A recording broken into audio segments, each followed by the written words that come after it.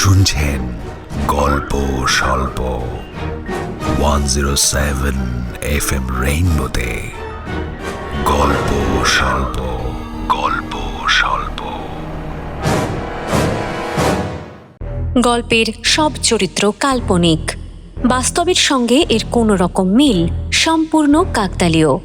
প্রতিটি চরিত্র ও ঘটনা বিন্যাস শিল্প সৃষ্টির উদ্দেশ্যে নির্মিত। 107 FM রেইনবোতে গল্প স্বল্প অরিজিনালসে আজ শুনবেন রাজবাড়ির হিরে। লিখেছেন হিমি মিত্র রায়। লেখিকা কর্পোরেট সংস্থায় চাকরি ছেড়ে সাংসারিক জীবনে প্রবেশের পর হঠাৎই লেখালেখির সঙ্গে যুক্ত হন। তারপর 2016 সাল থেকে বড় ছোট মাঝারি বিভিন্ন পত্রপত্রিকায় নিয়মিত লিখতে থাকেন।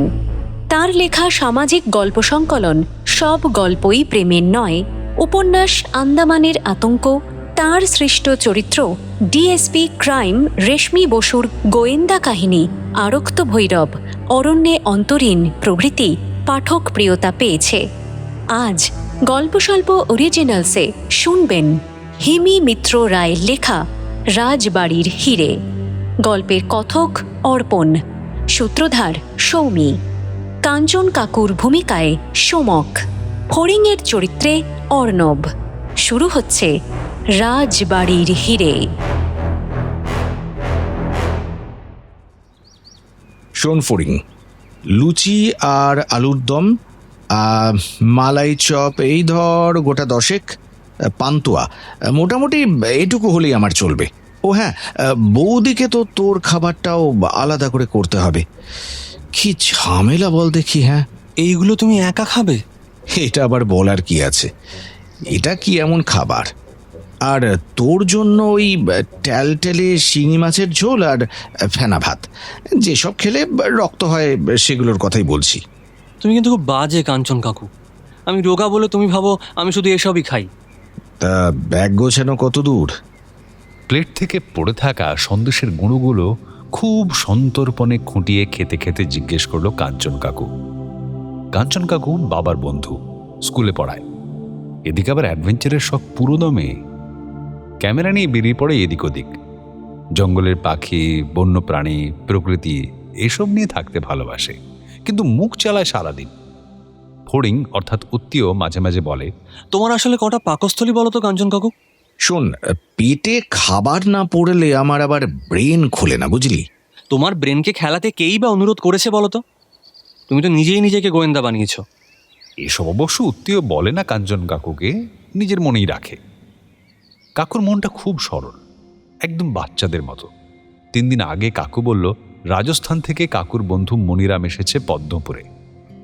ওই বন্ধুর পূর্বপুরুষদের সঙ্গে পদ্মপুরের রাজবাড়ির এক রাজকন্যার খুবই বন্ধুত্বপূর্ণ সম্পর্ক ছিল। বন্ধুর কাছে পদ্মপুরের রাজকন্যা সুনেত্রা দেবীর অনেক গল্প শুনেছে কাঞ্চন কাকু। এত সম্ভ্রান্ত ঘরের মহিলাকে কাছ থেকে দেখেছে কাকুর বন্ধু মনিরাম। বন্ধুটি মারওয়াড়ি, ওদের ইম্পোর্ট এক্সপোর্টের ব্যবসা, বিরাট বড় লোক, হিল্লি দিল্লি করে বেড়াচ্ছে সবসময়। কিভাবে যে ওর সময় হলো যে আমাকে ডেকে পাঠালো পদ্মপুরে, আমি তো ভেবেছিলাম দেখাই হবে না। তোমাদের দুই বন্ধুর এত গল্প হবে, আড্ডা হবে, তোমাদের মাঝখানে ফড়িংকে নিয়ে গেলে উনি আবার অস্বস্তিতে পড়বেন না তো? ধুর বৌদি, তুমি যে কি বলো না। ফড়িং তো আমার অ্যাসিস্ট্যান্ট, ব্যাটাকে একদম রহস্যভেদী বানাতে হবে। সব গোয়েন্দাদের অ্যাসিস্ট্যান্ট কিন্তু ভবিষ্যতের বড় গোয়েন্দা, এটা মনে রেখো। এই শুরু করলো কাঞ্চন কাকু। ভানু গোয়েন্দা জহর অ্যাসিস্ট্যান্ট সাদা কালো ছবিটা কতবার যে দেখেছে। কাকু যেন ছোটখাটো একটা কেস পায়, খাতাটা অন্তত খুলুক। বাদামের খোসাগুলো হাত দিয়ে ঘষে ঘষে ফেলে দিয়ে বাসের জানালার ধারে বসে কাকু বলল, আমার বাবা তো ব্যবসা করতেন, কিন্তু এক ব্যবসা কয়েক বছর করেই বাবার আর ভালো লাগতো না। তখন আবার অন্য ব্যবসায় মন লাগাতেন। শুরুতে বাবার ছিল ওই বইপত্র ম্যাগাজিনের ব্যবসা, তারপর হলো কাপড়ের ব্যবসা, তারপর বাবার হঠাৎ ইচ্ছে হলো মার্বেলের ব্যবসা করবেন। তখন জয়পুরে গিয়ে ওখানে থেকে যান। পরবর্তীতে আমাদেরও এসে নিয়ে যান জয়পুরে। প্রায় ওই 6-7 বছর ছিলাম আমরা রাজস্থানে। সেখানে মনিরামের বাবার সঙ্গে আমার বাবার পরিচয় হয়। যদিও ওরা অনেক টাকা পয়সাওয়ালা, বাবার অত টাকা ছিল না। তবুও ব্যবসার কাজে বাবার সঙ্গে আলাপ। বাবা যখন ওদের বাড়িতে যেতেন তখন আমাকে নিয়ে যেতেন মাঝে মধ্যে। সেখানে মনিরামের সঙ্গে খেলতাম আমি। তা এইভাবে একদিন দুদিন করতে করতে এমন বন্ধুত্ব হয়ে গেল যে প্রতিদিন দেখা না হলে ভালোই লাগতো না। ও, কোথায় এলাম আমরা কাকু? দেখো তো বাইরেটা। আমরা এলাম হচ্ছে জামালদা। আরে জামালদার আমদই তো জগৎ বিখ্যাত। তোর সঙ্গে দেখেছিস গল্পে গল্পে আমি খেয়ালই করিনি। ভাই, এখানে একটু দাঁড় করানো যাবে? ওই যে দোকানটায় ভালো আমদই পাওয়া যায়। টিকিটের টাকা গুনতে গুনতে অদ্ভুতভাবে কাঞ্চন কাকুর দিকে তাকালো বাসের কন্ডাক্টর। কাকু, তুমি বাসের কন্ডাক্টরকে বলছো বাস দাঁড় করাতে, তাও আবার মিষ্টির দোকানে? এই চুপ করতো, তুই খেতে দিলি না। আমি মণিকে বলবো খাওয়াতে। ভুটানে এসেছিল কাজে, তারপর পদ্মপুর এসেছে, তাই বললো চলে আসতে। 2-3 দিন ওর দায়িত্বে থাকা খাওয়া সব। ও, এইবার বুঝলাম, খাওয়ার জন্যে। ওইসব অ্যাডভেঞ্চার মোটেও তোমার উদ্দেশ্য নয়। এই তো ব্রেনটা আস্তে আস্তে কাজে লাগাচ্ছিস। Good, very good.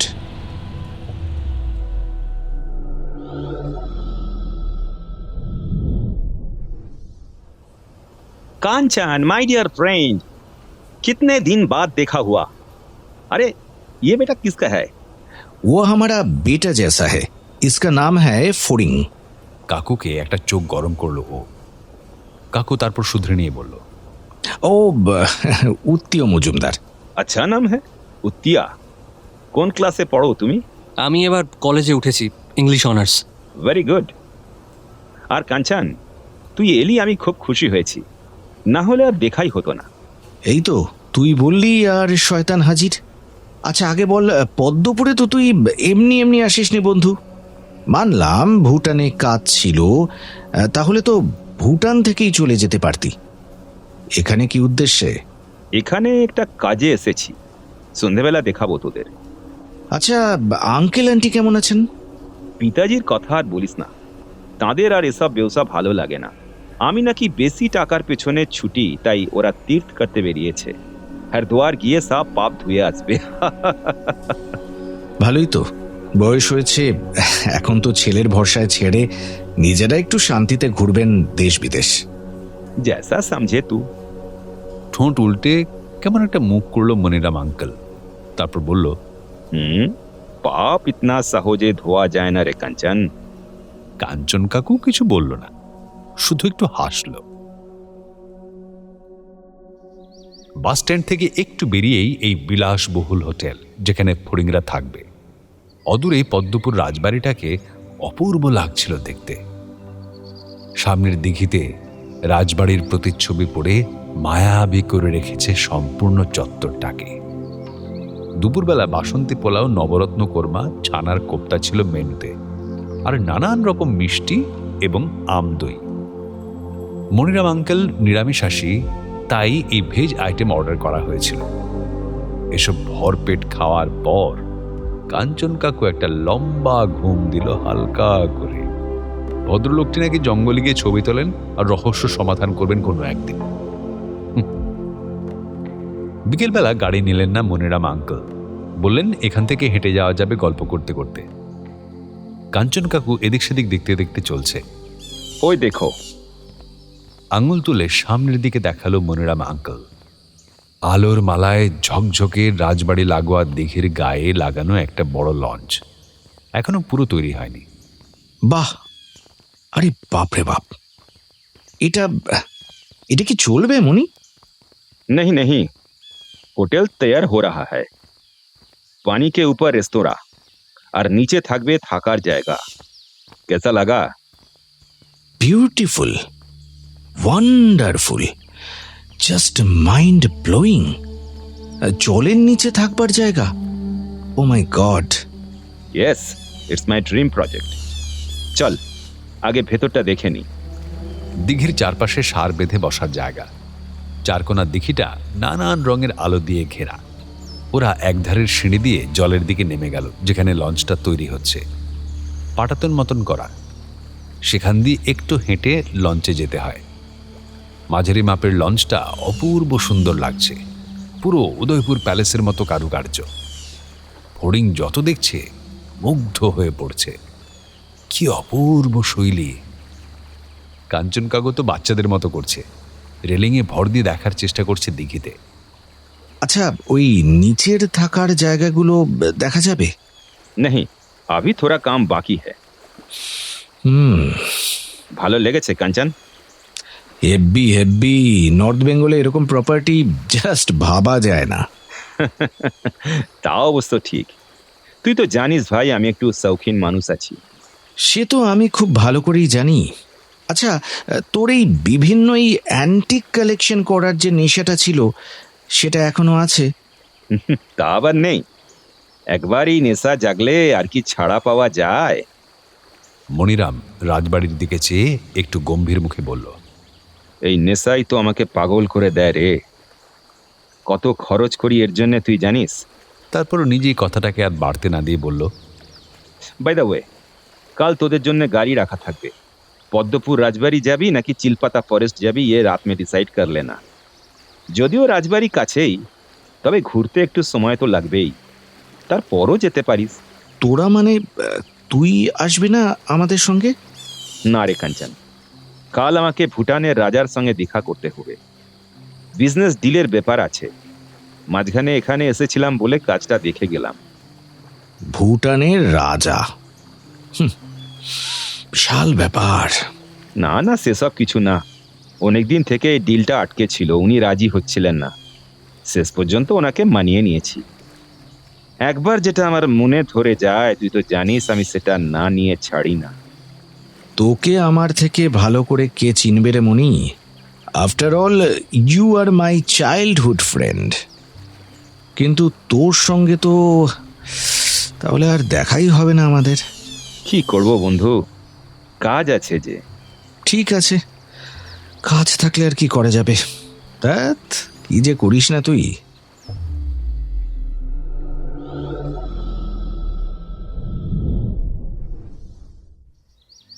মে মাস, যদিও গরমের তীব্রতা কম কারণ রাতে ভালো বৃষ্টি হয়েছে। কাঞ্চন কাকু আজ খুব সেজেছে। লাল সাদা দিয়ে চেক ফুল শার্ট, ঢলঢলে সাদা জিন্স আর টুপি। ক্যামেরাটা টেপাটেপি করছে খটাখট। হঠাৎ দৌড়ে গেল ওদিকে। রাজবাড়ির বিরাট জানালার কার্নিশে দাঁড় কাকের একটা পরিবার, বাবা মা আর ওদের বাচ্চারা। বড়গুলো উড়ে গেল। কাঞ্চন কাকু ক্যামেরার শাটার ক্লিক করে চলল পরপর। আগে ও জিজ্ঞেস করতো কাকুকে, একই পাখির এতগুলো ছবি তোলো কেন বলো তো? আরে বোকা, ওরা কি মানুষ যে চুপচাপ কথা শুনে পোজ দেবে? সারাক্ষণ মুভমেন্ট চলে ওদের, সারাক্ষণ ওরা মুভ করছে। তাই অনেক ফটো তুললে একটা দুটো ঠিকঠাক চলে আসে। দেখ দেখ দেখ, কিরকম পাখিগুলোর কালো রং, ওয়ান্ডারফুল, আইভরি ব্ল্যাক। দেখ। ফড়িং কিছু বলল না, তাই বলে কাকের ছবি? রাজবাড়িতে ঢোকার মুখে সিকিউরিটি চেকিং হলো। ক্যামেরা, মোবাইল সব জমা রাখতে হলো ওদের কাছে। বেশ কিছু মানুষ এসেছেন, কিছু বিদেশিও আছেন তাদের মধ্যে। লাইনে দাঁড়িয়ে রয়েছে ওরা। জানিস, এই পদ্মপুর রাজপ্রাসাদ আগে 3 তলা ছিল। একবার ভয়ঙ্কর একটা ভূমিকম্পে মারাত্মক ক্ষতি হয়েছিল, তারপর 2 তলা রয়ে গিয়েছে। ও, এটা সত্যিই জানতাম না। ধীরে ধীরে লাইন দিয়ে ভেতরে ঢুকলো ওরা। দরবার হল, যেখানে রাজারা বৈঠক করতেন বা দরবার করতেন, সেই ঘর। মূলত অ্যাডমিনিস্ট্রেশন চলতো হল ঘরে। নিচে 25-এর ওপরে ঘর রয়েছে। সারা দিন লেগে যাবে ঘুরতে। রয়েছে রাজা রানীদের বিরাট বিরাট অয়েল পেইন্টিং, বিরাট আকার দরজা, ইউরোপিয়ান স্থাপত্যের নিদর্শন, চিত্রকলা, সম্পূর্ণটাই নয়নাভিরাম। ছবির নিচে লেখা ঘটনার বিবরণ খুঁটিয়ে পড়ছে ফড়িং। এদিকে হাত দিয়ে ডাকলো কাকু, এদিকে আয়। দেওয়ালের একটা ছবির দিকে হাত দিয়ে দেখিয়ে বলল, কি নাম লেখা বলতো? ধনসিংহ। এর সম্পর্কে একটা গল্প প্রচলিত আছে, জানিস তো? পড়েছিস কোথাও? কোনটা বলো তো? এই পাহাড়ে অবস্থিত দেবীর মন্দির, সেটা তো নিশ্চয়ই জানিস। হ্যাঁ, কেন জানবো না, এটা তো সবাই জানে। শোনা যায় ইনি দেবীর উপাসক ছিলেন। দেবী নাকি তাকে নির্দেশ দিয়েছিলেন কখনো রাত্রিবেলায় মন্দিরে না আসতে। কিন্তু যা হয়, ধন সিংয়ের মাথায় ওটাই চেপে বসল। একদিন চুপি সারে দেখতে চলে এলো কি হচ্ছে এখানে। থামের পেছনে লুকিয়ে দেখলেন নিজের আরাধ্যা দেবীকে, কিন্তু দেবী সেটা ধরে ফেললেন আর অভিশাপ দিলেন এই বংশের উত্তরসূরিরা কেউ আর কোনো দিন এই মন্দিরে আসতে পারবে না, তাহলেই মৃত্যু ঘটবে তাদের। তারপর থেকেই যারা যারা ওই মন্দিরে গেছে, অর্থাৎ রাজ পরিবারের কর্তা ব্যক্তিরা, তাদের নানান দুর্ঘটনার মৃত্যুর খবর শোনা গেছিল। সবই নাকি ওই অভিশাপের কারণে। আরে বাস, এসব তাহলে সত্যি? সত্যি না কল্পনা আমি কি করে বলবো বলতো। তবে লৌকিক বিশ্বাস মানুষের ইভলিউশনের মতো বংশ পরম্পরায় নিজের চেহারা বদলায় বই কি। এরকম হাজার হাজার অভিশাপের গল্প ছড়িয়ে রয়েছে বিভিন্ন রাজ পরিবারের অন্দরে। রাজ পরিবার মানেই বুঝবি এরকম হাজার হাজার গল্পের সিন্দুক। প্রশস্ত সিঁড়ি বেয়ে ওরা উপরের ঘরে এলো। এই জায়গাটা মূলত ফাঁকা, 5-6 জন লোক ছড়ানো ছিটানো। 2 জন পাজামা পাঞ্জাবি পরা দাড়িওয়ালা লোক রেলিংয়ে দাঁড়িয়ে রয়েছে আর নিজেদের মধ্যে কথা বলছে। একজন লম্বা লোক মাথায় টুপি পরা একা একাই পায়চারি করছে। কাকু, ওদিকে কি এত দেখছো? মিউজিয়াম তো এদিকে। ডান দিকের লম্বা ঘরের বাইরে একজন সাধারণ পোশাকে লোক বসে রয়েছে, পাহারাদার। হঠাৎ করে কাঞ্চন কাকু তাঁকে জিজ্ঞেস করে বসল, আচ্ছা, ওই ঘরগুলো খোলে না? না, কেন? ওখানে দেখার কিছু নাই। ও আচ্ছা, আপনি এখানে কবছর আছেন? তা প্রায় 14 বছর। মাঝে মধ্যে পরিষ্কার আর রং করার জন্য খোলা হয়। গতকাল গেলে দেখতে পারতেন পরিষ্কার হচ্ছিল, যদিও তখন ট্যুরিস্টদের সামনে আসা বারণ। তাই ভাবছি, পুরো ঝকঝক করছে বাইরেরটা। যান, কোনো জিনিসে হাত দিবেন না। ঘরে ঢুকে গেলে ফড়িং বলল, আচ্ছা কাকু, আমাদের দেখে কি এরকম মনে হচ্ছে যে আমরা কোনো জিনিসে হাত দেব? এই জন্যই বলি ভালো করে খাওয়া দাওয়া কর। কাকু, তুমি কিন্তু আমাকে এভাবে ইনসাল্ট করতে পারো না। সুযোগ পেলে তোমাকে দেখিয়ে দিতাম। কথোপকথনের মাঝে বাইরে জুতোর আওয়াজ পাওয়া গেল। কয়েকজন লোক বন্ধ ঘরগুলোর দিকে গটগট করে চলে গেল, পেছন পেছন 3-4 জন সিকিউরিটি। পাহারাদার লোকটার চোখাচোখি হওয়াতে লোকটা বলল, আর্কিওলজি ডিপার্টমেন্টের বাবুরা আইছে। এরই মাঝে হঠাৎ বাইরে আওয়াজ হওয়ায় ঘুরে তাকালো ওরা। 2 জন পাহারাদার ছিল, তারা উঠে গেল জায়গা থেকে। ওরা দেখছে বাইরে কিছু একটা হয়েছে। সবাই দৌড়াদৌড়ি করছে, সিকিউরিটিরা বন্দুক উঁচিয়ে দৌড়চ্ছে। মাইকের ঘন ঘন আওয়াজ, কিছু অ্যানাউন্সমেন্ট হবে মনে হয়। যে যেখানে আছেন সবাইকে অনুরোধ করা হচ্ছে যেন প্যালেস থেকে বের না হন। যতক্ষণ না পর্যন্ত আমরা সকলের সঙ্গে কথা বলছি, ততক্ষণ কেউ প্রাসাদ ছেড়ে বেরোবেন না। রাজবাড়ির সম্পদের একমাত্র পূর্ণ হিরেটি পাওয়া যাচ্ছে না। আশা করি আপনারা আমাদের সঙ্গে সহযোগিতা করবেন। Great, wonderful. এতদিনে একটা কিছু হলো। মানে কি বলতে চাইছো? মানে বলতে চাইছি, এরকম হাতের সামনে কোনো চুরি টুরির বিষয় দেখতে পেলে তখন কি আর চুপ করে বসে থাকা যায়? চল চল তো দেখি কি বলছে। আশ্চর্য! পুরো প্রাসাদের পর্যটক সংখ্যা মোটামুটি 10-15 জন হবে। সবাইকে সার্চ করে ছেড়ে দেওয়া হলেও দেখা গেল ওই পাঞ্জাবি পরা লোক দুটোকে একটু বেশি জেরা করা হচ্ছে। লোক দুটিও উত্তরে অনেক কিছু বলছে আর পকেট বের করে দেখাচ্ছে। সিকিউরিটির লোকেরা লোক দুটোকে ভালো করে সার্চ করলো। ফরিংরা ঘুরে তাকিয়ে দেখছে দেখে একজন লোক ওদেরকে বলল, এখানে দাঁড়াবেন না, চলে যান, জায়গা খালি করুন। গেট থেকে বেরিয়ে রাজবাড়ির দিকে তাকিয়ে দাঁড়িয়ে থাকলো ওরা। 5 মিনিট দাঁড়িয়ে থাকার পর দেখলো পাঞ্জাবি পরা লোক দুটো বেরিয়ে আসছে। তার মানে কারো থেকে কিছুই পাওয়া যায়নি। ফড়িং, তোর কি মনে হয় কেউ কি হিরে পকেটে করে নিয়ে চুরি করে? না, কিছুতেই না। চলতে চলতে হঠাৎ মাঠে এসে থমকে দাঁড়িয়ে পড়ল কাকু। যাকে, আমি একটু আসছি, তুই যা। মানে কোথায় যাবে? যা না, আমি এক্ষুনি আসছি। ফড়িং এগিয়ে গেল।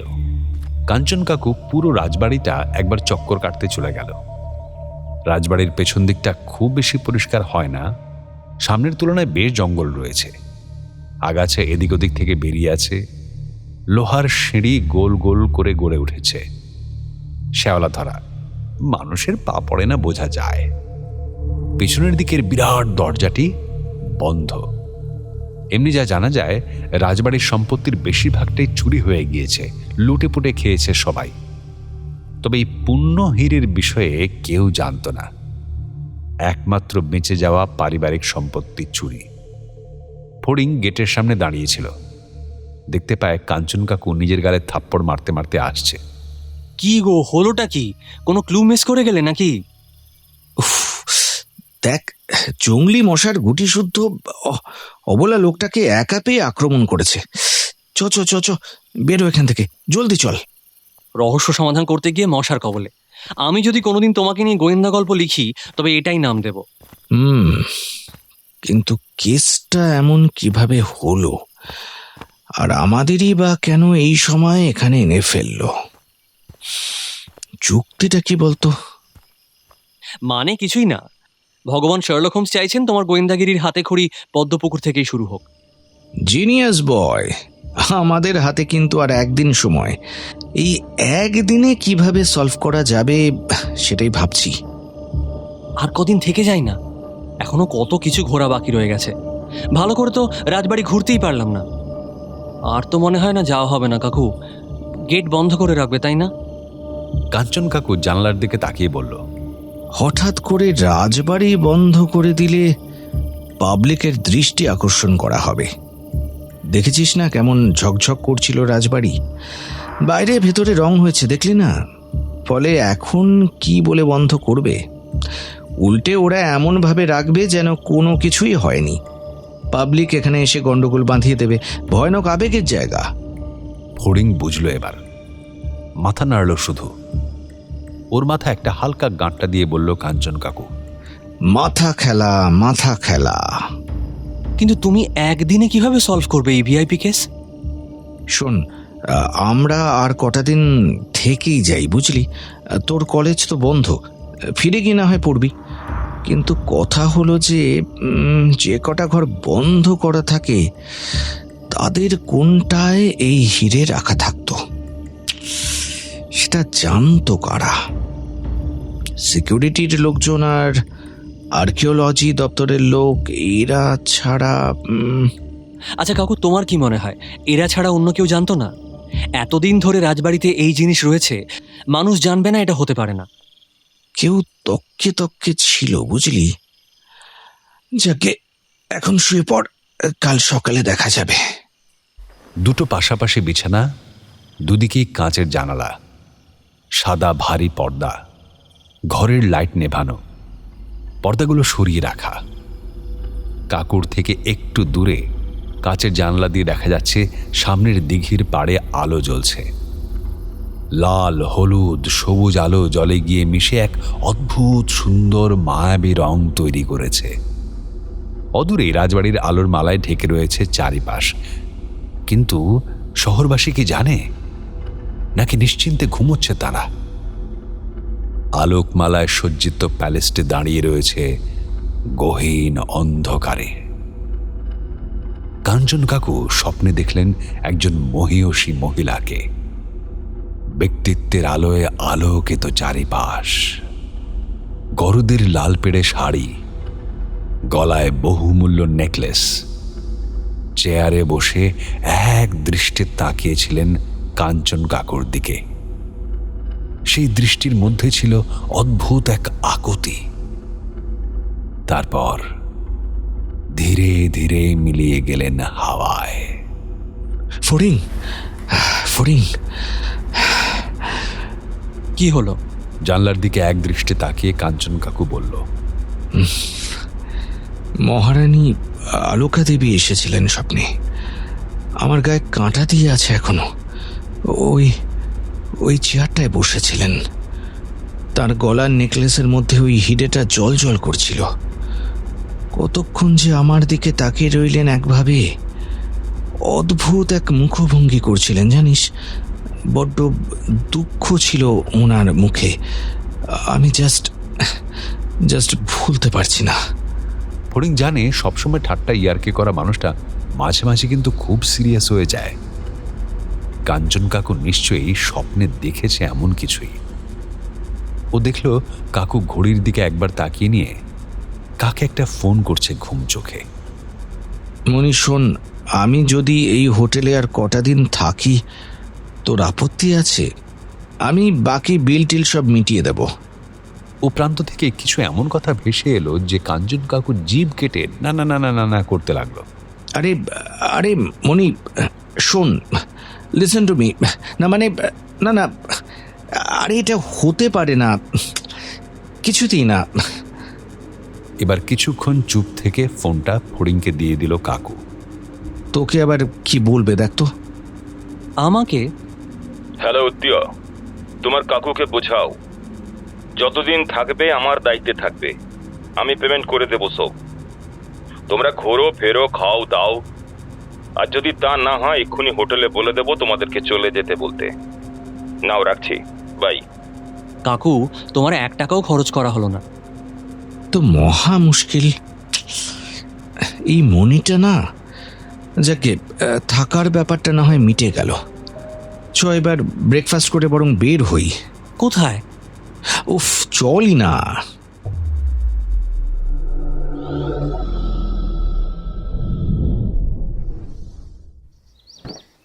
গাড়ির ড্রাইভার বয়স্ক লোক। आपका नाम क्या है? আমার নাম সচিরাম আছে। सचिराम जी, आप पहले थाना चलिए। জি স্যার। থানা কেন কাকু? চলি না।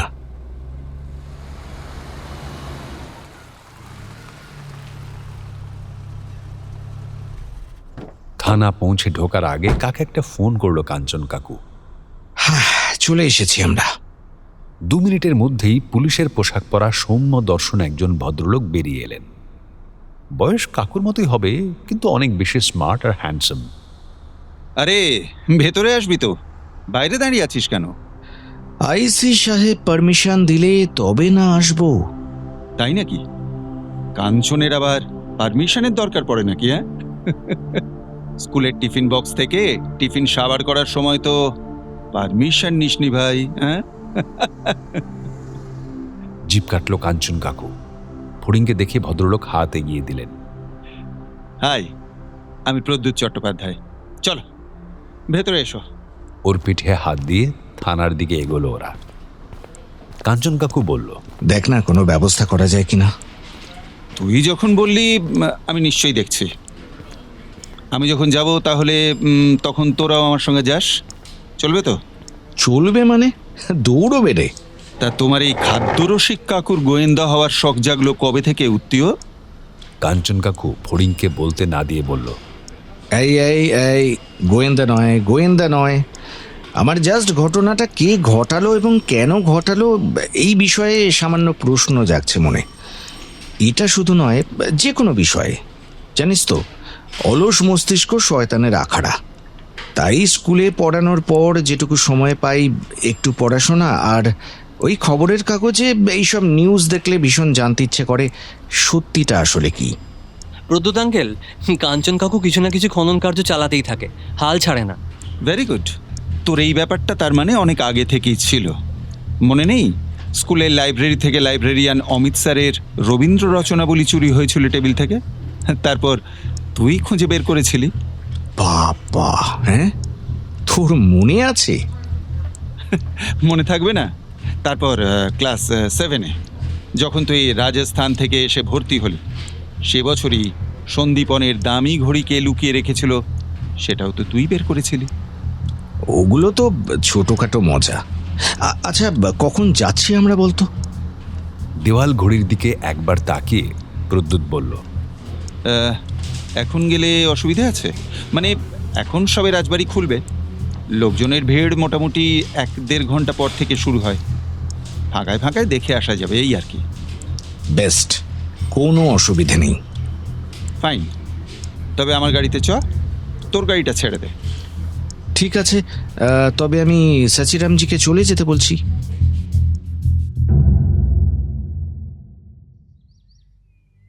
রাজবাড়ির অন্দরে আজ এক গভীর শূন্যতা। ছবিগুলো মনে হচ্ছে শূন্য চোখে তাকিয়ে রয়েছে। ভেতরটা বড় ঠান্ডা, হিমশীতল। কাক আর ওর ছানাগুলোকে আজ চোখে পড়ল না। চ, ওপরে গিয়ে দেখি। বারান্দা আজ ফাঁকা। শুধু ওই ঘরগুলোর সামনে একজন করে পাহারাদার বসে রয়েছে। পুলিশ দেখে উঠে দাঁড়ালো প্রত্যেকে। ডান দিকে একটা ইংরেজির বড় এল শেপের ঘর। বাকি ঘরগুলো লম্বা বারান্দাতে পরপর রয়েছে। শয়নকক্ষ, বৈঠকখানা, তোষখানা, স্নানঘর সহ অনেক ঘর। আচ্ছা প্রদ্যুৎ, প্রতিটা ঘরে যাবি তো? হ্যাঁ চল, দেখতে তো হবেই। শুনেছি ওপরে নাকি নাচঘর ছিল। তাই হবে হয়তো, আমার বিশেষ জানা নেই। তবে ওই দিকের ঘরগুলোতে রাজারানী থাকতেন শুনেছি। দক্ষিণ দিকের? প্রত্যেকটা ঘর খুলে দেখতে হবে। শুনেছি যে ঘরগুলো বন্ধ থাকে তাদের যে কোনো একটার মধ্যে থাকতো এই পুণ্য হিরে। শুধুমাত্র আর্কিওলজিক্যাল ডিপার্টমেন্ট আর রাজ পরিবার ছাড়া কেউই জানতো না এই তথ্য। আর রাজ পরিবারের কেউ যেহেতু আর জীবিত নেই, ফলে সম্পূর্ণ বিষয়টাই আর্কিওলজি দপ্তরই জানতো। ইনফ্যাক্ট সাধারণ মানুষ নাকি জানতো চুরির ভয়ে আগেই এখান থেকে সরানো হয়ে গিয়েছিল হিরে। যার জানার সে তো জেনেই ছিল, নইলে কি আর এই জিনিস ঘটে? দেওয়াল ধরে কিছু একটা দেখতে দেখতে কথাগুলো বলল কাঞ্চন কাকু। আমার তো মনে হয় পুলিশ বাদ দিয়ে সবাই জানতো। You are correct. ভাবা হয়েছিল রাজ পরিবারের বিষয়টা খুবই সেন্সিটিভ, লোকে ভয় পাবে, এইসব চুরি চামারি করার সাহসই পাবে না। এতদিন সেভাবেই চলে এসেছে, কিন্তু এমনটা হওয়ায় এসব ভাবনাই পাল্টে গেল। দরজায় বসা লোকটা স্যালুট করল। বিরাট দরজাটা খুলতেই সামনে দেখা গেল সুসজ্জিত শোবার ঘর। সামনেই দ্বিতল পালঙ্ক, সিঁড়ি দিয়ে উঠে শোবার জায়গা। দুপাশে অপূর্ব কারুকার্য। কারিগররা কি নিপুণভাবে প্রতিটি ফুলের খাঁজ সযত্নে তৈরি করেছেন, যা বর্ণনাতীত। পালঙ্কের দুপাশে শাটিনের গোলাপি আস্তরণ আর ভেলভেটের গোলাপি চাদর পাতা। উঁচু সিলিং থেকে ঝুলছে নানান রকম নকশা করা ত্রিকোণাকৃতির চাঁদোয়া। কাপড়ের যেমন কারুকাজ হতে পারে তা না দেখলে বিশ্বাস করা যাবে না। ভেতরে খোপ খোপ মতো করা রয়েছে, সেগুলোতে আবার বিভিন্ন রকম পুঁথি এবং চুমকির নকশা করা। অপূর্ব, ওজনও হবে অনেক। ঘরের একদিকে সুদৃশ্য ড্রেসিং টেবিল, যাতে হাতের দাঁতের তৈরির নকশা। আয়নার সামনে দাঁড়ালে পুরো ঘরটা দেখা যায়। বিছানার একদিকে রয়েছে সিন্দুক। হাঁ করে দেখছে ফড়িংরা। আচ্ছা প্রদ্যুৎ, এই সিন্দুকটা ভর্তি না খালি রে? পাগল হলি? শুধুমাত্র ওই হিরেটা ছাড়া আর কিছুই এখানে রাখা ছিল না। ও, সেটাই জানার ছিল। ঘরের প্রত্যেকটি কোণ ভালো করে ঘুরে দেখল ওরা। লুকিয়ে রাখার মতো কোনো জায়গা দেখা যাচ্ছে না, বা কোথাও ভাঙা বা কাটাও নেই। ঘর একদম পরিষ্কারভাবে সাজানো। তবে প্রথম ঘরটিতে ঢুকে যে বোঝা যাবে তেমন কিছু হয়েছে তার কোনো মানে নেই। ইতিমধ্যে নিশ্চয়ই আর্কিওলজি দপ্তর থেকে ইনভেস্টিগেট করা শুরু করে দিয়েছে। পরের ঘরটিও ডিজাইনে প্রায় একই ধরনের। কাঞ্চন কাকু মন দিয়ে ঘুরে ঘুরে সব দেখছে, ওপর নিচে ডাইনে বাঁয়ে, কিছুই ছাড়ছে না।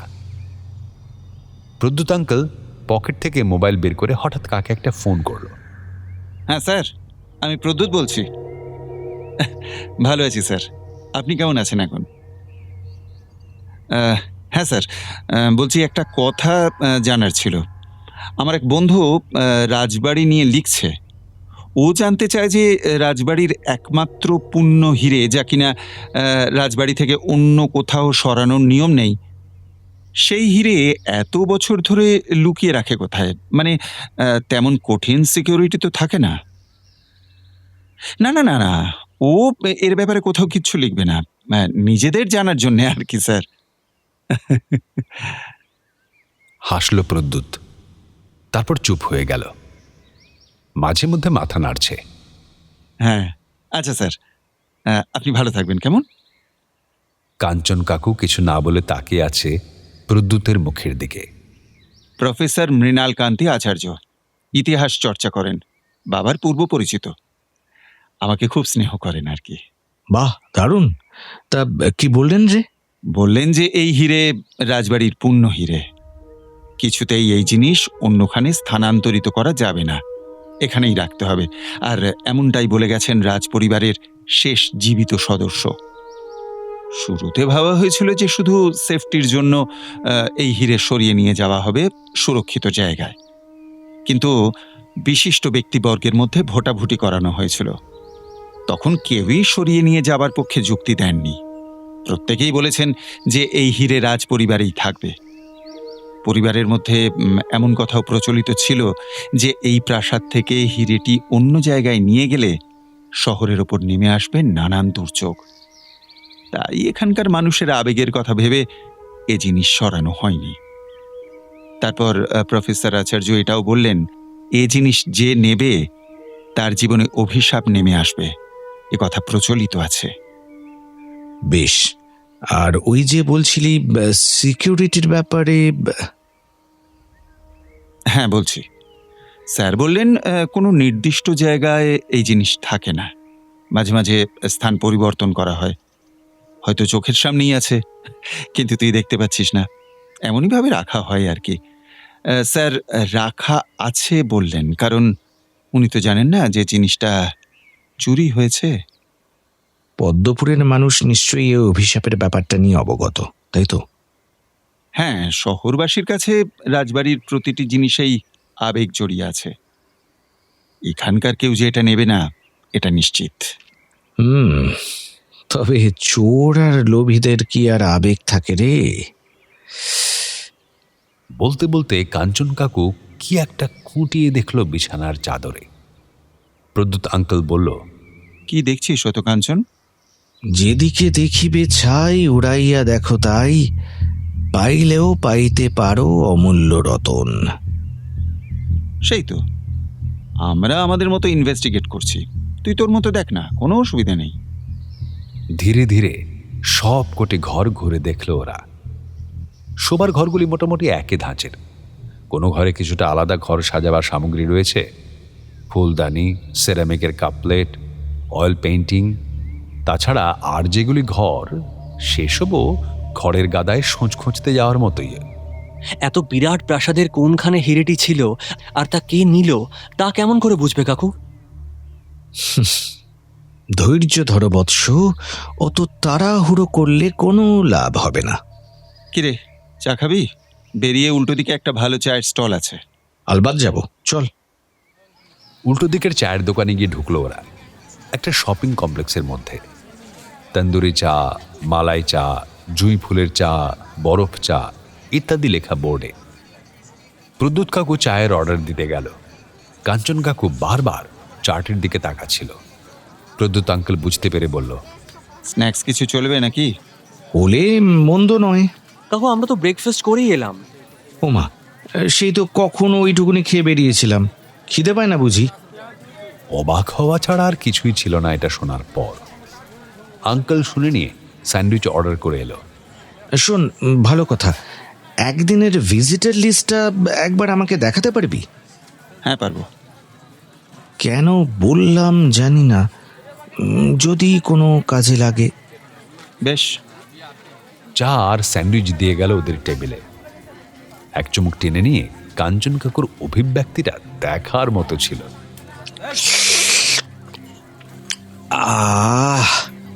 চাটা কিন্তু দারুণ বানিয়েছে। এই মেঘলা ওয়েদারে এইরকম চা আরো খিদে বাড়িয়ে দেয়, বুঝলে না? কিন্তু ভরপেট খাওয়ার পর খিদে বাড়ায় না। দূর, তুই তো বরাবরের পেট পাতলা, এখনো একটা ছোট ভুঁড়িও বানাতে পারলি না। যা বলেছিস, তাহলে এবার ভুঁড়ি বানাতে উঠে পড়ে ফিল্ডে নামতে হবে, কি বলিস? হ্যাঁ, বলতে বলতে ফড়িংয়ের চোখ পড়ল সামনের দিকে। ফড়িং শুধু নয়, আশেপাশে যারা ছিল প্রত্যেকেই ওদিকে তাকিয়ে, কারণ সোনার দোকানের বাইরে কিছু একটা হয়েছে। ওরা জায়গা ছেড়ে উঠে গেল। প্রদ্যুতের পুলিশের পোশাক দেখে সকলেই সাইড দিয়ে দিল তাড়াতাড়ি। দেখা গেল দুজন লোককে ঘিরে রয়েছে দোকানের নির্দিষ্ট পোশাক পরা মহিলা ও পুরুষ কর্মচারীরা, সঙ্গে সিকিউরিটি গার্ড সহ বাকিরা। প্রদ্যুৎকে দেখে দোকানের কর্মচারীরা বেশ খুশি হলো। স্যার দেখুন, এই লোক দুটো আমাদের দোকানে হীরের নেকলেস দেখতে এসেছিল। কিছুক্ষণ পর কিছু পছন্দ না হওয়ায় চলে যাচ্ছিল। তখন আমাদের সন্দেহ হয়। তারপর গয়নাগুলো গোছানোর সময় আমরা দেখি যে ছোট ছোট কিছু আংটি, কানের দুল এসব মিসিং। এখন এরা কিছুতেই স্বীকার করছে না যে এরাই হাত সাফাই করেছে। সিসিটিভিতে কি দেখেছেন? হ্যাঁ স্যার, সিসিটিভিতে কিছু বোঝা যাচ্ছে না। এদের একজনকে বারবার হাত নাড়াতে ওঠাতে দেখা গেছে। লোক দুটো ভাবলেশহীনভাবে দাঁড়িয়ে কোনো উত্তর করছে না। কাঞ্চন কাকু ফড়িংকে খোঁচা দিয়ে মুখ টিপে বলল, কিরে, চিনতে পারছিস? চেনা চেনা তো লাগছে। রাজবাড়িতে ওই পাঞ্জাবি পরা লোক দুটো। ইয়েস বৎস, ইয়েস। যারা সবার শেষে সিঁড়ি দিয়ে নিচে নেমেছিল। এই লোক দুটোই চুরি করেছে গয়নাকাটি। দেখো তাও কেমন সাহস, কোনো বিকার নেই। যদিও প্রমাণ নেই, প্রমাণ না পাওয়া গেলে কাউকে চোর সাব্যস্ত করা যায় না। তবে চুপ করে আছে যখন, তার মানে চুরি করা এদের নেচার হতে পারে। দেখা যাক প্রদ্যুৎ কি বলে। চা খাওয়া শেষ হতেই ভিড় পাতলা হওয়া শুরু করল। লোক দুটিও কোনো দিকে না তাকিয়ে চলে গেল। কাঞ্চন কাকু হঠাৎ দ্রুত বেগে উঠে বাইরে চলে গেল। উত্তীয়, কাঞ্চন কোথায় গেল? প্রদ্যুৎ আঙ্কেল টুলে বসতে বসতে বলল, কাকু তো ওই লোকগুলোর পেছনে পেছনে গেল দেখলাম, গেটের দিকে। কেন? আঙ্কেল, এই লোক দুটো সেদিনও রাজবাড়িতে ছিল। আরে আমরা যেদিন রাজবাড়িতে ঘুরতে গেছিলাম, আর ওই হিরে চুরির ঘটনাটা যেদিন সামনে এলো। আচ্ছা। হ্যাঁ, আর ওই লোক দুটোর আচরণও কেমন যেন স্বাভাবিক না। ওই যে তোমার কাকু আসছে। ও, তুই চলে এসেছিস? কি দেখলি? চুরির মাল উদ্ধার হলো? লোক দুটোকে ছেড়ে দিলি যে? আরে প্রমাণ ছাড়া কাউকে দোষী সাব্যস্ত করা যায় নাকি? হ্যাঁ, সিসিটিভি ফুটেজে তো দেখাই যায়নি লোকগুলো নিচ্ছে। ও হ্যাঁ, তাই তো। কাকু একটু মাথা চুলকে নিল এই চান্সে। তবে মনে হয় ম্যাজিক জানে লোক দুটো। এত নিপুণ হাত সাফাই করা নয়তো অসম্ভব। দোকানে তখন আর অন্য কাস্টমার ছিল না? হ্যাঁ, অনেকেই ছিল। বিয়ের সিজন বলে প্রচুর ভিড় দোকানে। এই তো, এই চান্সে ওই ভিড়ের মধ্যে অন্য কেউ সরিয়ে ফেলতে পারে। বোঝা যাচ্ছে না, বুঝলি? তো তুই বাইরে কি দেখলি? না, তেমন কিছু না। লোক দুটো রাস্তা পার হলো, রাজবাড়ির দিকে তাকালো, তারপর অন্য দিকে চলে গেল হাঁটতে হাঁটতে। গুড। ওই লোক দুটোই নাকি হিরে চুরির দিন রাজবাড়িতে এসেছিল? এসেছিল, কিন্তু কেউই কি শিওর হয়ে বলতে পারে যে হিরেটা ওই দিনই চুরি হয়েছে? আর ওদের সার্চ করেও কিছু পাওয়া যায়নি। অ্যাবসলিউটলি। হতেও পারে, আবার নাও হতে পারে, তবে হয়েছে এর মধ্যেই। আচ্ছা প্রদ্যুৎ, হিরেটা ঠিক কত বড় বলতো? আর দাম কেমন হতে পারে? দেখ, আমি তো হিরেটা দেখিনি, তবে এখন এটা সাধারণ হলেও রাজ আমলের ঐতিহ্য যেহেতু জড়িয়ে আছে, তাই এর দাম বিদেশের মাটিতে $1,00,000 হবে, সে বিষয়ে কোনো সন্দেহ নেই। আচ্ছা, হিরেটার ইতিহাস কিছু জানিস? অল্প বিস্তর আর কি। ভুটানের তৎকালীন রাজা পদ্মপুর রাজবাড়ির রাজকুমার ব্রিজমোহন সিংকে উপহার দিয়েছিল এই হিরে। বলেছিল হিরেটা কখনো হাতছাড়া না করতে। কাঞ্চন কাকু ঠোঁট চেপে মাথা ঝাঁকাতে লাগলো। লোকগুলোকে কোনো কিছু জিজ্ঞেসও করলি না, ছেড়ে দিলি জাস্ট? না, আইডি দেখাতে বললাম, দেখালো। বাড়ি আসামের পান্ডুয়াতে, বেড়াতে এসেছে। আরে বেড়াতে এসে সোনার দোকানে কি করছে তারা? জিজ্ঞেস করলাম, বলল বন্ধু আছে এখানে, ওর ম্যারেজ অ্যানিভার্সারির গিফট কিনতে এসেছিল, পছন্দ হয়নি। ঠোঁট উল্টালো কাঞ্চন কাকু। বন্ধুর বিবাহ বার্ষিকীতে নেকলেস দিতে চায়, হেব্বি ব্যাপার স্যাপার। বন্ধুর নাম ঠিকানাও নিয়ে নিলাম, ফোন নাম্বারে ফোন করলাম, কিন্তু নাম্বার সুইচ অফ বলছে। কতক্ষণ আর আটকে রাখবো প্রমাণ ছাড়া? বাধ্য হয়ে ছেড়ে দিলাম। ফোন নাম্বার নিয়ে ফোন করে দেখলাম 2টো নাম্বারে রিং হচ্ছে, ওদের মোবাইলেরই। প্রয়োজনে ডাকবো বলেছি। চার চলে নতুন সিম কার্ড নিয়ে পগার পার? না বন্ধু, ফোন নাম্বার অলরেডি ট্র্যাকিংয়ে পাঠিয়ে দিয়েছি। এই ফোন নাম্বারের সমস্ত ডিটেলস পেয়ে যাব কিছুক্ষণের মধ্যেই। এখন ওরা কোথাও গেলে সেটাও জেনে যাব। Bravo Bravo my friend, Bravo. এসব তো কমন কাজ, প্রত্যেকেই করবে। হ্যাঁ, ভালো কথা। জঙ্গলে যাবি না? হ্যাঁ আঙ্কেল, আমার তো খুবই যাওয়ার ইচ্ছে। কাঞ্চন কাকুর জন্য যেতে পারছি না। কেন উত্তীয়? ধুর, কাকু এখন শুধু এই হিরে চুরি নিয়ে পড়েছে। বলেছিল জঙ্গলে যাবে একদিন। কি রে কাঞ্চন, বাচ্চা ছেলেটার কথা শুনছিস না যে? তুই ওকে নিয়ে দেখি কাল সকালে, পরে আবার কবে আসা হয় না হয়। কাঞ্চন কাকু একটু মাথা চুলকে নিয়ে বলল, না রে, কাল হবে না। বিষয়টা যতক্ষণ না নিজে জানতে পারছি ততক্ষণ কনসেন্ট্রেট করতে পারবো না, বুঝলি? এটা মানতে পারলাম না। দেখ তো, বেচারার মুখটা চুপসে কেমন এইটুকু হয়ে গেল। কাকুর সঙ্গে ঘুরবে বলে এসেছিল। শোনো, তুমি কোনো চিন্তা করো না উত্তীয়, আমি তোমায় ঘুরিয়ে আনবো জঙ্গলে, কেমন? প্রদ্যুৎ হাতের তালুটা এগিয়ে দিল ফড়িংয়ের দিকে। ওর চোখ বড় বড় হয়ে গেল প্রস্তাবে। ও নিজেও হাত দিয়ে একটা চাটি মারল। খুব পছন্দ হয়েছে প্রদ্যুৎ আঙ্কেলকে। কাঞ্চন কাকুর বন্ধুরা সবাই যে কেন এত ভালো।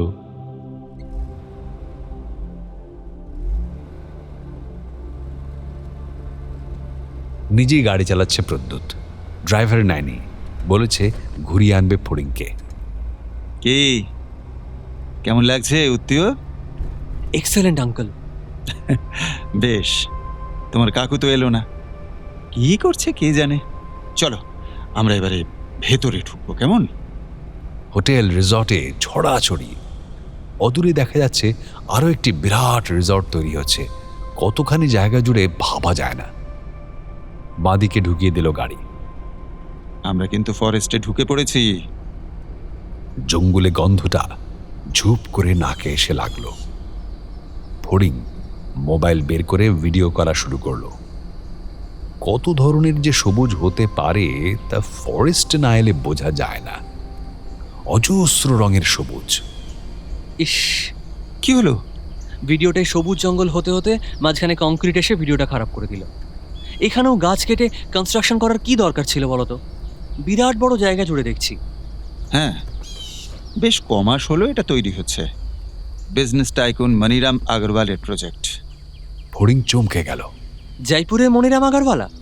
হ্যাঁ, কিন্তু তুমি চেনো কিভাবে? মনিরাম আঙ্কেলের ডাকেই তো আমি আর কাঞ্চন কাকু এখানে এসেছি। ওরা ছোটবেলার বন্ধু। রিয়েলি? কাঞ্চন তো কিছু বললো না আমাকে। হয়তো হিরে চোরের চিন্তায় মাথা থেকে বেরিয়ে গেছে। রাইট, ও তো রাজস্থানে থাকতো। তবে একটা কথা বলি উত্তীয়, এই লোকটা অত সুবিধের নয়। কাঞ্চনের বন্ধু তাও বলছি, লোকটা নাকি টাকা ছাড়া আর কিচ্ছু বোঝে না, তার জন্য যা খুশি করতে পারে। ফড়িং চুপ করে থাকলো। ওর মনটা খারাপ হয়ে গেল। এত ভালো ব্যবহার আঙ্কেলের। থাক, এসব কথা কাঞ্চন কাকুকে বলবে না, হয়তো প্রদ্যুৎ আঙ্কেল ভুল জানে। সামনে বেশ ভিড় দেখা গেল। আঙ্কেল স্লো করে দিল। ভিড় কাটিয়ে ডান দিকে চলে যাচ্ছিল ওদের গাড়ি। ফড়িং চেঁচিয়ে উঠল, আঙ্কেল দাঁড়াও দাঁড়াও। থতমত খেয়ে ব্রেক চাপলো প্রদ্যুৎ। কি হলো? কিছু না বলেই ঠকাস করে গাড়ির দরজাটা খুলে বেরিয়ে গেল ফড়িং। প্রদ্যুৎ গাড়ি সাইড করে ওদের পেছন পেছন দৌড়লো। সামনে একজন লোককে ঘিরে বেশ কিছু তাবড় তাবড় ব্যক্তি। আরে উত্তিয়া, হোয়াট আ প্লেজেন্ট সারপ্রাইজ। ফড়িংকে জড়িয়ে ধরল মনিরাম আঙ্কেল। তুমি এখানে আঙ্কেল? এটা তোমার রিসর্ট তাই তো? একদম, এটা আমারই রিসর্ট হচ্ছে। বাই দ্য ওয়ে, তোমাকে কে বললো? আর কাঞ্চন কোথায়? মনিরাম আঙ্কেল ঘাড় উঁচু করে দেখতে লাগলো। প্রদ্যুৎ আঙ্কেল পেছনে দাঁড়িয়ে রয়েছে। ফড়িং ঘাড় ঘুরিয়ে দেখে নিল, তারপর হাত বাড়িয়ে ডাকলো প্রদ্যুৎকে।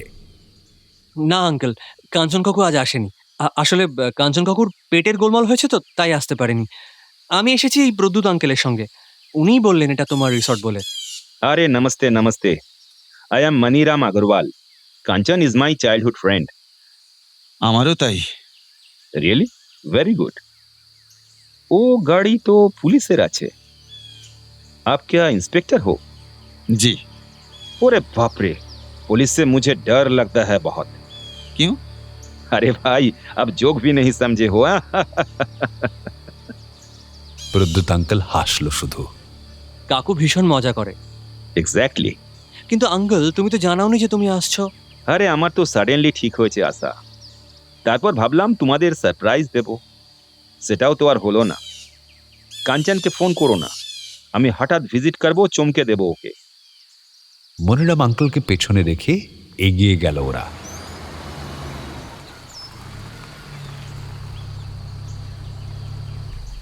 ফরেস্ট বাংলোর সামনে পৌঁছতেই পুলিশের গাড়ি দেখে দৌড়ে এলো দুজন কর্মচারী। স্যার, কিছু হয়েছে নাকি? না ভাই, ঘুরতে এসেছি। আমার ভাইপোটাকে একটু ঘোরাবো আর ইকবাল চাচার হাতে রান্না খাওয়াবো। প্রদ্যুৎ আঙ্কেল চেনে কর্মচারীটিকে। স্যার, আমি ইকবাল চাচাকে বলে দিচ্ছি। নিচে জলা জায়গা। ওরা এগিয়ে গিয়ে সামনে দাঁড়ালো। তিনখানা হাতি মনের সুখে জলের ওপর দাঁড়িয়ে নিজেদের মধ্যে সময় কাটাচ্ছে। ফড়িং অনেকগুলো ছবি তুলে নিল ওর মোবাইলে। ফিরে গিয়ে কাঞ্চন কাকুকে দেখাতে হবে। কি যে করছে কে জানে। খুব ভালো একটা দিন কাটালো ওরা। ফরেস্টে আসাও হলো। চাচার হাতে রান্না মুখে লেগে আছে এখনো। ফড়িংকে ড্রপ করে দিয়ে চলে গেল প্রদ্যুৎ। বলল আর ঢুকবে না। হোটেলের রুমে কলিং বেল বাজিয়ে চলেছে ফড়িং। 5 মিনিট হয়েছিল। এবার ফোন করলো কাঞ্চন কাকুকে। কোথাও বেরিয়ে গেল কিনা কে জানে। একটু রিং হওয়ার পরে ফোনটা ধরলো কাঞ্চন কাকু। কোথায় তুমি?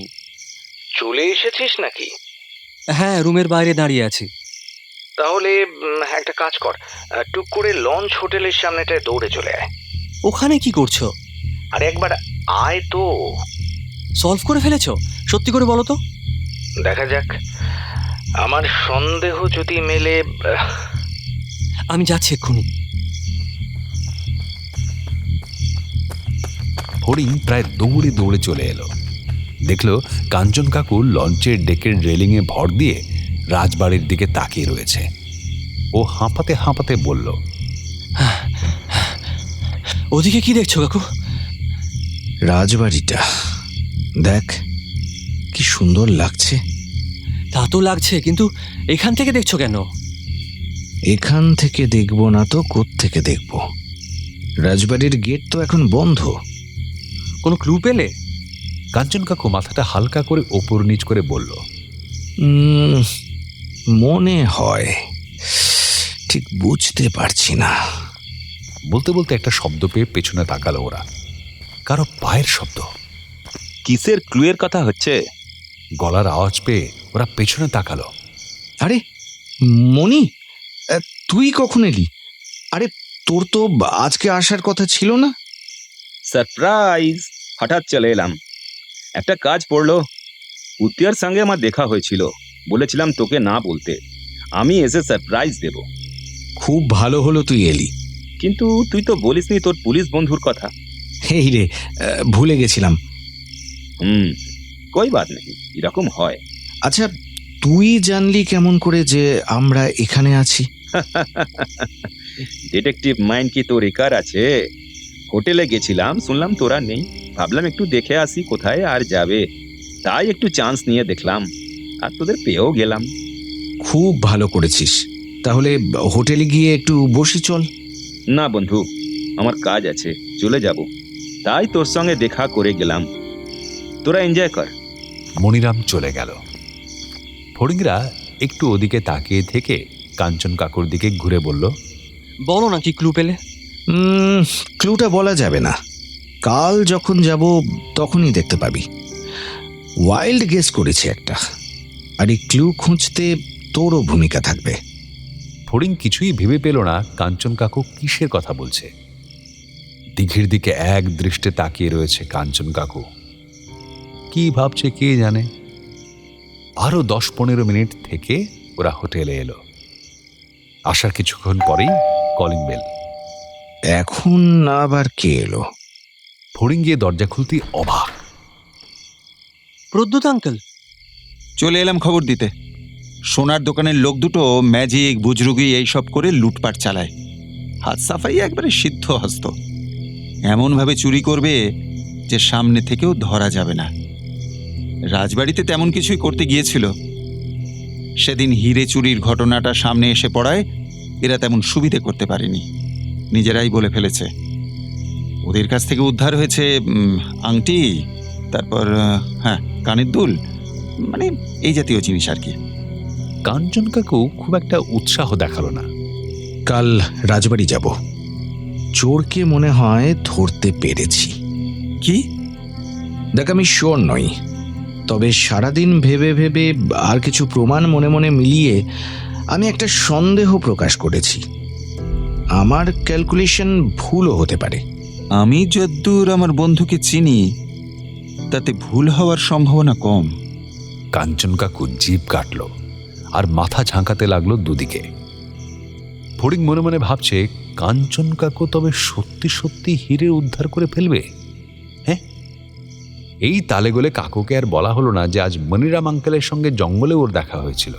আঙ্কেল নিজে সারপ্রাইজ দিতে আসবে বলেছিল। তাকিয়ে দেখে কাকু জানলার দিকে চেয়ে শুয়ে রয়েছে। ঘুমোচ্ছে না জেগে আছে কে জানে। হালকা করে একবার ডাকলো ফড়িং। কাকু। কোনো সাড়া নেই। কাকু। শুনছি, বল। আজ বনি আঙ্কেলের সঙ্গে দেখা হয়েছিল চিলাপাতায়। কি আমি তো হিরে চুরির কথাটা বলতেই যাচ্ছিলাম, তারপর মনে পড়লো এটা বলা বারণ। প্রথমে গুলিয়ে বলে ফেলতে যাচ্ছিলাম, তারপর সামলে নিয়েছি। না বলে ভালোই করেছিস। কাকু, তুমি জানতে যে মনি আঙ্কেল বিশাল বড় বিজনেস টাইকুন, এখানে বড় রিসর্ট বানাচ্ছে। ওনাকে প্রদ্যুৎ আঙ্কেলও চেনে বলল টাকা ছাড়া নাকি কিছুই বোঝে না ও। সে আর নতুন কি, বড় বড় বিজনেসম্যানরা তো টাকা ছাড়া কিছুই বোঝে না। তাহলে আর বিজনেস বাড়াবে কেমন করে বল? আঙ্কেল যে আজকে জঙ্গলের ওখানে আসবে তুমি জানতে?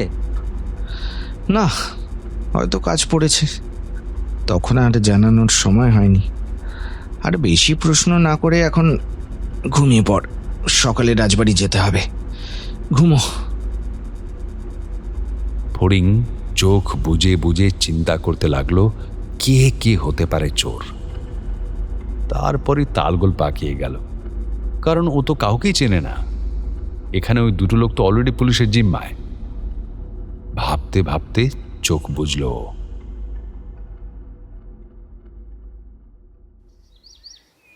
সকাল সকাল প্রদ্যুৎ আঙ্কেল এসে হাজির। কাঞ্চন কাকু একটু অন্যমনস্ক।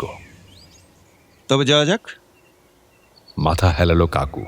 কাকু, তুমি শিওর তো? কোনো গুবলেট করবে না তো আবার? দেখা যাক। সে কি গো, এখনো দেখবে? না হলে না হবে, কি আছে। অদ্ভুত লোকটা এই গুরুত্বপূর্ণ বিষয়টি নিয়ে মজা করছে। আজ আর বৃষ্টির লেশ মাত্র নেই। পেঁজা তুলোর মতো মেঘ গিজগিজ করছে আকাশে। সকাল 10টা। ওরা 3 জন মেন গেট দিয়ে ঢুকলো। ভিতরে কেউ নেই। ফাঁকা দালানের কার্নিশের উপরে তাকিয়ে দেখতে লাগলো কাঞ্চন কাকু। তারপর দরজায় সইসাবুত করে ভেতরে গেল ওরা। সদ্য সদ্য খুলেছে ঘরগুলো, পরিষ্কার পরিচ্ছন্ন করা চলছে বড় ঘরটা।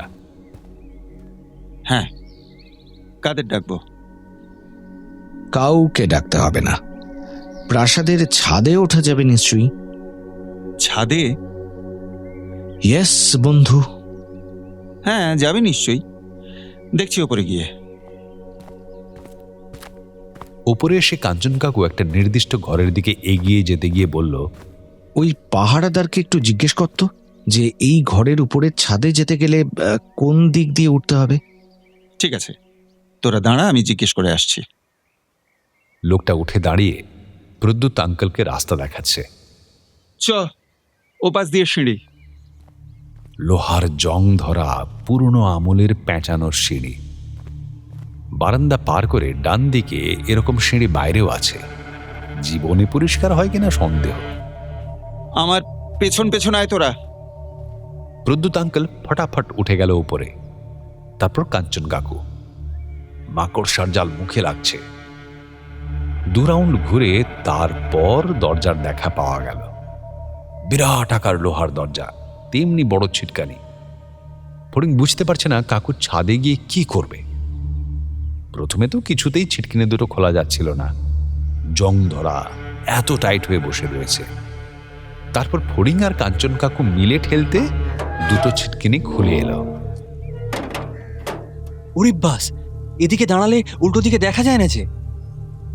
রাতের বেলায় এলে এখানে আত্মারা ভিড় জমায়, বুঝলি কি না? কেমন একটা গন্ধ পাচ্ছি মনে হচ্ছে। আত্মার গন্ধ? আত্মার গন্ধ। কেন, শুনিসনি? শুনেছি কোনো কোনো ভূত বিশেষজ্ঞ গন্ধ শুকে নাকি বলে দিতে পারে জায়গাটায় কোনো অবাঞ্ছিত অস্তিত্বের প্রবেশ ঘটেছে কিনা। কাঞ্চন কাকু একটু অন্যমনস্ক মনে হলো। এবার কোন দিকে? হ্যাঁ, যে ঘরটার কথা বলেছি তার মাথায় যে ছাদের অংশটুকু রয়েছে সেটা ওদিকে হবে। ডান দিকে ঘুরল ওরা। কিছুটা গিয়ে কাঞ্চন কাকু বলল, দাঁড়া দাঁড়া। তারপর দৌড়ে গিয়ে ছাদের পাঁচিল থেকে ঝুঁকে পড়ে কি যেন দেখল। তারপর জিভ কেটে বলল, এ বাবা, এত বড় প্রাসাদ তো গুলিয়ে যায় কোথায় কি। ওদিকটায় চল তো। ফড়িং বুঝতে পারছে না লোকটা ঠিক কি করতে চলেছে। কাঞ্চন, তুই শিওর তো? আমি কিন্তু আর্কিওলজিক্যাল ডিপার্টমেন্টের অফিসারকে জানিয়েছি যে আমরা তদন্ত শুরু করেছি। খুব ভালো করেছিস।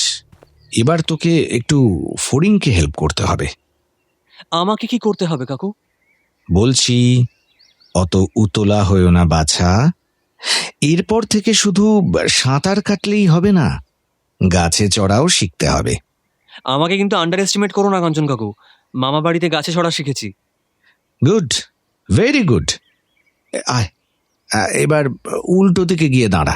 পড়বি না, চড়া আছে। যা। এই কাঞ্চন, ছেলেটাকে কোথায় নামাচ্ছিস? আমি যাচ্ছি। দাঁড়া তো, একদম পারবে। কি, তাই তো? একদম পারবো। বেশ, তবে আমি যেভাবে যেভাবে বলছি সেভাবে সেভাবে করে যা। শুধু হাত আর পাগুলো সাবধানে ফেলবি। ফড়িং ছাদের পাঁচিল টপকে ওই সাইডে পা রাখল।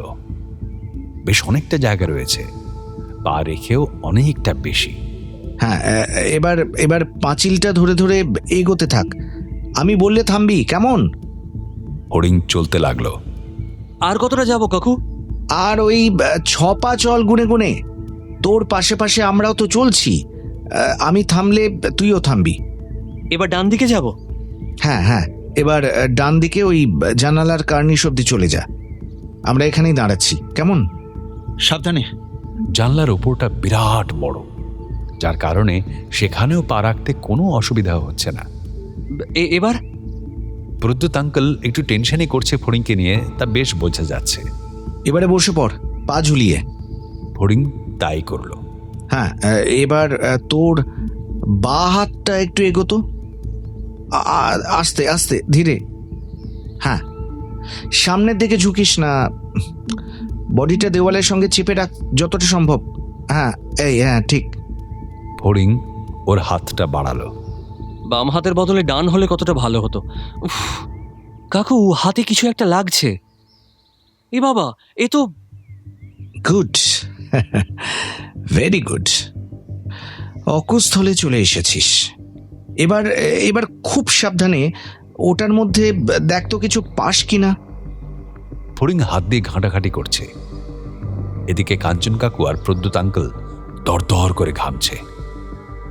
কাকু, আরে ওকে, আমি কিছু একটা পেয়েছি। কি বলছো? এই যে, এই যে। প্রদ্যুৎ আঙ্কেলের দুচোখ বিস্ফারিত।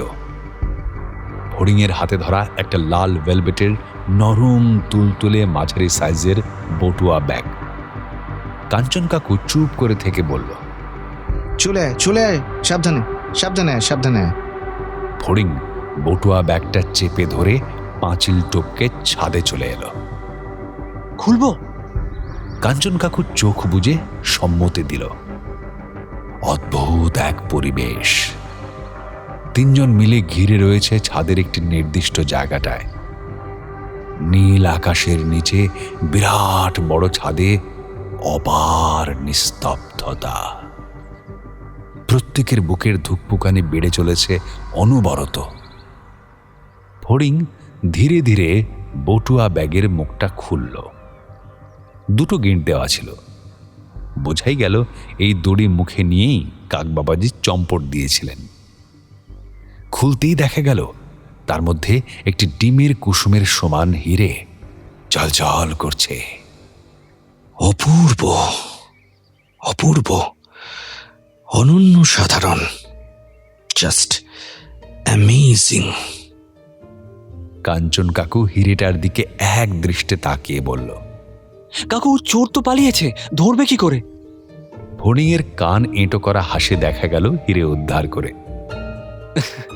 কাক বাবা জীবন যে এত বড় কীর্তি করবে সেটা কেউ বুঝতে পেরেছিল? প্রদ্যুৎ আঙ্কেল জাপটে ধরল কাকুকে। কাঞ্চন কাকু কিছু বলছে না, শুধু মিটিমিটি হাসছে। গোটা ছাদটা যেন হীরের দ্যুতিতে উজ্জ্বল হয়ে রয়েছে। রাজবাড়ির পুণ্য হীরে একে একে ওরা হাতে নিয়ে দেখল। সারা গায়ে শিহরণ হচ্ছে। কাঞ্চন, আমি এত অবাক হচ্ছি যে বলার নয়। ভাবা যায় শেষে কাকই হিরে চুরি করেছে? এ জিনিস তো কোশমিন কালেও আমার মাথায় আসবে না রে কাঞ্চন। আচ্ছা, কেমন করে ধরতে পারলি বলতো? হ্যাঁ, আরে কাকের আর দোষ কি? সে কি আর হিরে ভেবে চুরি করেছে? প্রথমেই বলি যে আচার্য স্যার একটা কথা বলেছিলেন, আমাদের চোখের সামনেই জিনিসটা থাকবে কিন্তু কেউ বুঝতে পারবে না। এভাবে মাঝে মধ্যেই ওলট পালট করে রাখা হতো হিরেটা। 5 নম্বর ঘরের মধ্যে এমন কোনো লুকোনোর জিনিস নেই যে সেখানে হিরেটা লুকোনো যাবে। সামান্য কদিন আগেই হিরেটাকে রাখা হয়েছিল ওই ভারী চাঁদোয়ার ওপরের একটি গোপন কোণে, যেখানে সাধারণ মানুষের চোখ পড়া দুষ্কর। কিন্তু আমাদের এই কাক বাবাজির এই ঘরেই অহরহ যাতায়াত রয়েছে। তিনি ওই হিরে সুযোগ মতো হাপিস করে নিয়ে আসেন, আর ঘাম ঝরতে থাকে আর্কিওলজি আর রাজবাড়ির দায়িত্বে থাকা কর্তা ব্যক্তিদের। আর্কিওলজিক্যাল ডিপার্টমেন্টের বদ্ধমূল ধারণা হয়েছে যে এই হিরে এখান থেকে কেউ সরাবে না। এতদিন এইভাবেই চলে এসেছে। একই জায়গায় বারবার ঘুরিয়ে ফিরিয়ে এটা রাখা হতো। নানান রকম অভিশাপের কথা ঘুরে ফিরে আসায় চুরির ব্যাপারটা মাথা থেকে সরে গেছে যেন। অর্থাৎ এখানকার মানুষের মধ্যে এই জিনিসটা ভালোভাবে ঢুকে বসে রয়েছে যে রাজ পরিবারের যে কোনো জিনিস চুরি হলে বা হারিয়ে গেলে শহরের ওপরেও একটা অভিশাপ নেমে আসবে। 5 নম্বর ঘরে ঢুকে দেখি যে বিছানার ওপর খড় আর কাকের বিষ্ঠা। তারপর উপরে তাকিয়ে দেখি ভারী চাঁদোয়া টানানো আর ওতে কারুকার্য করা। ওই চাঁদোয়ার মধ্যেও পাখির বিষ্ঠা দেখেছি। বলতে পারিস এটাই আমার প্রধান ক্লিউ। মানে তোদের ভাষায় ওই অপরাধী নিজের অপরাধের প্রমাণ ঠিক রেখে যাবে, তাই তো? এরপর লক্ষ্য করে দেখলাম চাঁদোয়াটার মধ্যে বিভিন্ন রকম খোপ করা রয়েছে। কোথাও কাঁচ বসানো, কোথাও সুতোর কাজ করা, কোথাও আবার জরির কাজ। আরও একটা ক্লু হচ্ছে সেই চাঁদোয়ার বেশ কিছু জায়গায় কাঁচের টুকরো মিসিং, যেন টেনে টেনে ছেঁড়া হয়েছে। কাকের স্বভাব কেমন তা আমরা সবাই জানি, তাই বুঝতে অসুবিধা হলো না এটাও ওই কাক বাবাজিরই কাজ। তবে কাকের বিষয়টা মাথায় আসার আগে একটা বিষয়ে সন্দেহ ছিল, আর তার জন্য তোর কাছ থেকে ভিজিটার লিস্টটা চেয়েছিলাম। সেখানে দেখি বিভিন্ন কর্তা ব্যক্তিদের একটা গ্রুপ এসেছিল, শুধু কিছু প্রশাসনিক আধিকারিক এবং তাদের পরিবারবর্গ। যেদিন ঘর রং করা হয়েছিল সেদিন। প্রতিদিনই যে অসংখ্য পর্যটক আসেন রাজবাড়িতে এমনটা নয়। স্থানীয় লোক তো আর রোজ রাজবাড়ি ঘুরতে আসে না, এলেও তারা বাইরে ঘোরাঘুরি করে ওই বাদাম টাদাম খেয়ে চলে যায়। সুতরাং প্রশাসনিক আধিকারিকদের নাম জানার পর একটা বিষয়ে নিশ্চিন্ত হলাম যে সেদিন বাইরের কোনো ভিজিটার ওখানে আসেনি। প্রফেসর আরও একটা কথা বলেছিলেন, শহরের কেউ এই কাজ করতে 1000 বার ভাববে, তাই সাসপেক্টদের মধ্যে সেই ভিজিটারদের ধরা যেতেই পারে। কিন্তু গাইডেড ট্যুরে সকলের সামনে থেকে কারো পক্ষেই ওইভাবে হিরে চুরি করা সম্ভব না। তাছাড়া তাদেরকেও নিশ্চয়ই হিরেটা দেখানো হয়নি। তাহলে পড়ে থাকলো কারা? Security guard. অভিশাপের ভয়ে সিকিউরিটি গার্ড যারা 10 থেকে 14 বছর ধরে এই রাজবাড়িতে কাজ করছে, তাদের পক্ষে এই হিরে চুরি করাটা বেশ চাপের। যদিও তারাও সন্দেহের লিস্টে থাকতো যদি না এই কাকের বিষয়টা মিলে যেত। কতটা আবেগ জড়িয়ে আছে স্থানীয়দের এই রাজবাড়ির প্রতিটি কোণে তা তো আমরা বুঝতেই পারছি। তখনই একটা চান্স নিলাম, জাস্ট ভাবলাম দেখি চেষ্টা করে। না ধরেই এগোচ্ছিলাম, মিলে যাবে সেটা নিজেই ভাবতে পারিনি। Hats off Kanchan, you are really genius. হরিং শুধু অবাক চোখে কাঞ্চন কাকুকে দেখছে। কি না বলেছে কাকুকে? একটা নমস্কার তো কাকুর অবশ্যই প্রাপ্য। আরে আরে কি করছিসটা কি? দেখ দেখ, এখান থেকে আমার বন্ধুর হোটেলটা কি সুন্দর লাগছে, অপূর্ব, অসাধারণ। আবার কবে দেখা হবে কে জানে। ওর জন্যই তো আমরা এলাম আর রাজ পরিবারের এই হিরেটা উদ্ধার করতে পারলাম। সেটাও প্রদ্যুৎ না থাকলে আমার প্রথম রহস্য সমাধানটা হতো না। মনের মধ্যে একটা অদ্ভুত শান্তি হচ্ছে জানিস। বলতে বলতেই ফোন এলো। পকেট থেকে ফোনটা বের করে কাঞ্চন কাকু বলল, হ্যালো মণি। কাকু হাসি মুখে পায়চারি করতে করতে কথা বলছে। ওপার থেকে মণি আঙ্কেল বলছে, ভুটানের ডিলটা সাকসেসফুল হয়ে গেছে কাঞ্চন। এতদিনের জমে থাকা স্বপ্নের প্রজেক্ট আমার সফল হবে রে। এবার জমি এনজয় করব। আমি ঠিক করেছি আর একদিন তোদের সঙ্গে সময় কাটিয়ে ফিরবো। এ তো খুব ভালো কথা মণি, তোকে আমারও কিছু বলার আছে। I mean surprise. আয়, তারপর সামনাসামনি কথা হবে, কেমন? সে ঠিক আছে। শোন না, তোকে আরেকটা কথা বলি। এই যে এত সম্পত্তি আমার, এত টাকা পয়সা, পিতাজি আর মাজি তো তীর্থ করতে চলে গেল। এসব আর কি কাজে লাগবে? কত পাপ জমা হয়েছে বলতো। জীবনে কিছু ভালো কাজও তো করা দরকার। আমি ঠিক করেছি এখানে একটা অনাথ আশ্রম তৈরি করব। যেসব বাচ্চারা রাস্তায় রাস্তায় ঘুরে, বাবা মা ভীষণ গরিব, পড়াশুনো করতে পারে না, তাদের নিয়ে রাখবো ওখানে। শুধু টাকা ইনকাম করলেই হয় না রে, মনের মধ্যে অনেক কিছু চলে। আজ একটু পরে গিয়ে তোকে নিয়ে ডিএম অফিসে যাব কথা বলতে। জায়গা জমিনের তো ব্যাপার আছে। তুই যাবি তো কাঞ্চন আমার সঙ্গে? হ্যাঁ, নিশ্চয়ই যাব। ইতিমধ্যে প্রদ্যুৎ আঙ্কেল ফোন লাগিয়ে ফেলেছে কাউকে। ওপাশ থেকে কি কথা হচ্ছে কিছু জানে না। এটুকু জানে যে তাদের কোথায় একটা গালা ডিনারের ব্যবস্থা হয়েছে, সঙ্গে কি কি যেন পুরস্কার পাবে কাঞ্চন কাকু।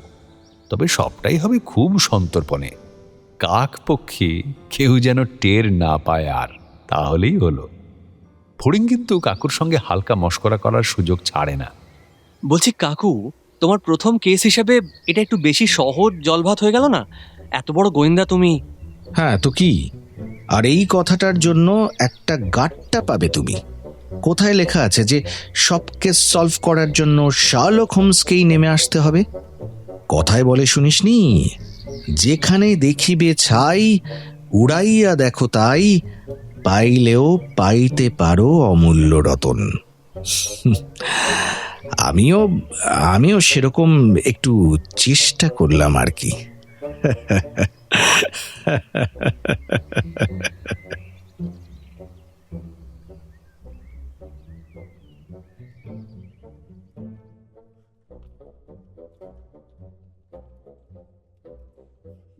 ওয়ান FM রেইনবোতে গল্প স্বল্প অরিজিনালসে আজ শুনলেন রাজবাড়ির হিরে।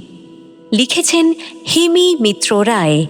গল্পের কথক অর্পণ, সূত্রধার সৌমি, কাঞ্চন কাকুর ভূমিকায় সোমক, ফড়িংয়ের চরিত্রে অর্ণব, আইসি প্রদ্যুৎ চট্টোপাধ্যায় সুদীপ্ত, মনিরাম আগরওয়াল উজ্জ্বল, পাহারাদার ও ড্রাইভার সৌমিক, ফড়িংয়ের মা প্রযুক্তি, গয়নার দোকানদার Rajib, security announcement Arijit, security guard Atreya, কর্মী শুভদা, সমগ্র পরিকল্পনা ও পরিচালনা শুভদা। শুনলেন গল্প স্বল্প।